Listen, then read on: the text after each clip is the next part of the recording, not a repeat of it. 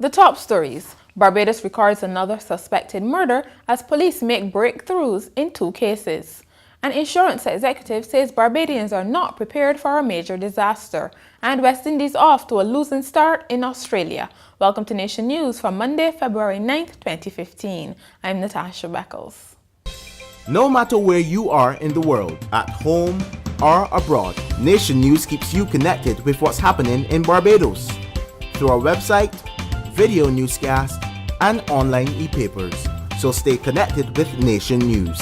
Your news, your time, your way. Police are investigating the 4th suspected murder for the year. 33-year-old Jason Wall of Moorsland, St. John, was shot at Belle Plaine Housing Area, St. Andrew on Sunday night.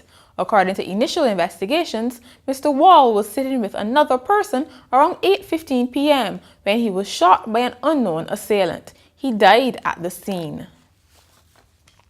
Police are reporting breakthroughs in 2 cases. A 15-year-old is one of 2 people charged with last Friday's shooting of Rashawn Alexander. The 18-year-old was shot in the back along Bridge Street, the city, and is currently hospitalized. The juvenile has been charged with serious bodily harm, use of a firearm without a license, and violent disorder. Meantime, 20-year-old Gary Ian Williams of Stuart Lodge, Carrington Village, St. Michael, was charged with violent disorder. Meanwhile, a man has been arrested in connection with the January 27th robbery of Scotiabank Blackrock, St. Michael. According to reports, a family member is also assisting lawmen with the investigation, and sources indicate they have recovered over $3,000. A senior insurance executive says Barbadians are not prepared for a major disaster, and any such event would set the island back by many years. General Manager of Cooperators General Insurance, Anton Lovell, voiced his concern as he spoke to members of the St. James Central Branch of the District Emergency Organization, or DEO, over the weekend. Mr. Lovell said the insurance industry had tried in vain over the years to convince many people that disaster preparedness should not be taken lightly.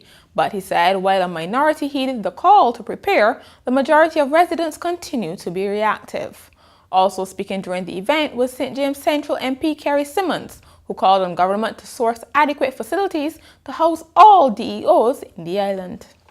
For the second time within a week, members of the police force have come under gunfire from bandits. According to police, around 2 a.m. on Monday, 2 plainclothes officers on patrol along Milk Market, the city, encountered 3 men who they deemed suspicious. When challenged, the men fired several rounds at the officers. There were no injuries, but 2 businesses in the area sustained damage to their structures. Last Thursday, Police Constable Dale Jordan was robbed and shot at while walking along Seclusion Road, Blackrock, St. Michael. Minister of Industry Don Villinis says the Democratic Labour Party will not roll over and play dead in the face of ongoing economic challenges. Speaking during a meeting of the DLP's Christchurch South Branch on Sunday, he said the party has to rally its members and supporters. I know that these have not been easy times for our supporters. I want to start at that point. It could not be easy for John Said it's not been easy for me as an MP. Because you come into office promising so much, raising expectations of your constituents and your party supporters in particular, and then the reality hits you that it just is not enough to go around as you really want it to go around. And I think that we in the Democratic Labour Party must, as the first order of business, fully engage with our supporters and members to ensure that there is a common purpose, that there's certainly an appreciation or understanding of what we've gone through as a country, as a party.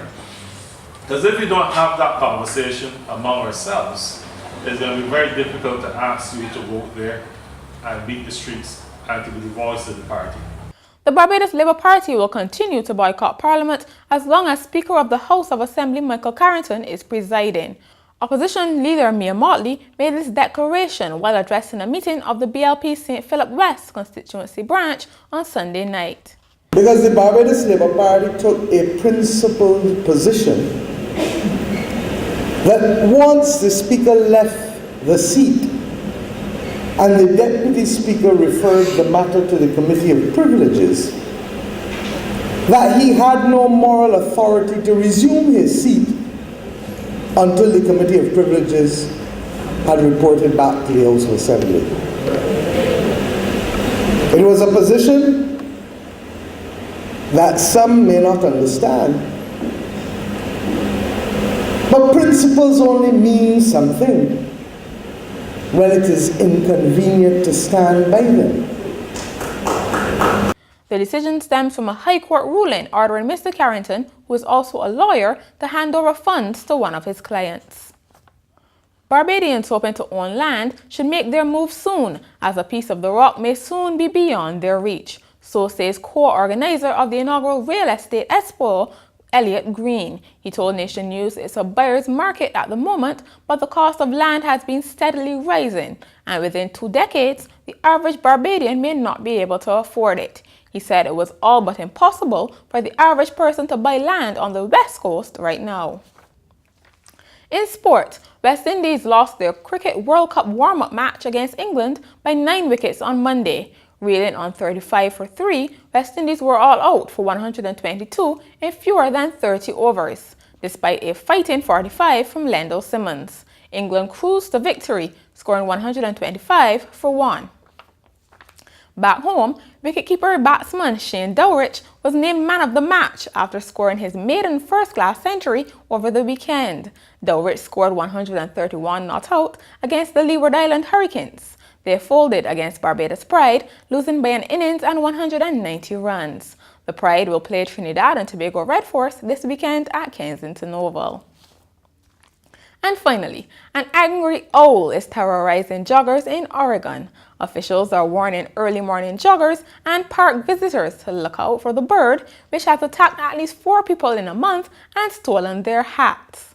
No one was seriously hurt in any of the incidents, and experts say the owl could become more aggressive because it's nesting season. That's Nation News for Monday. For more, log on to nationnews.com, as well as YouTube, Facebook, and Twitter. Remember to pick up your Daily Nation on Tuesday or subscribe to our e-paper. Thanks for joining us.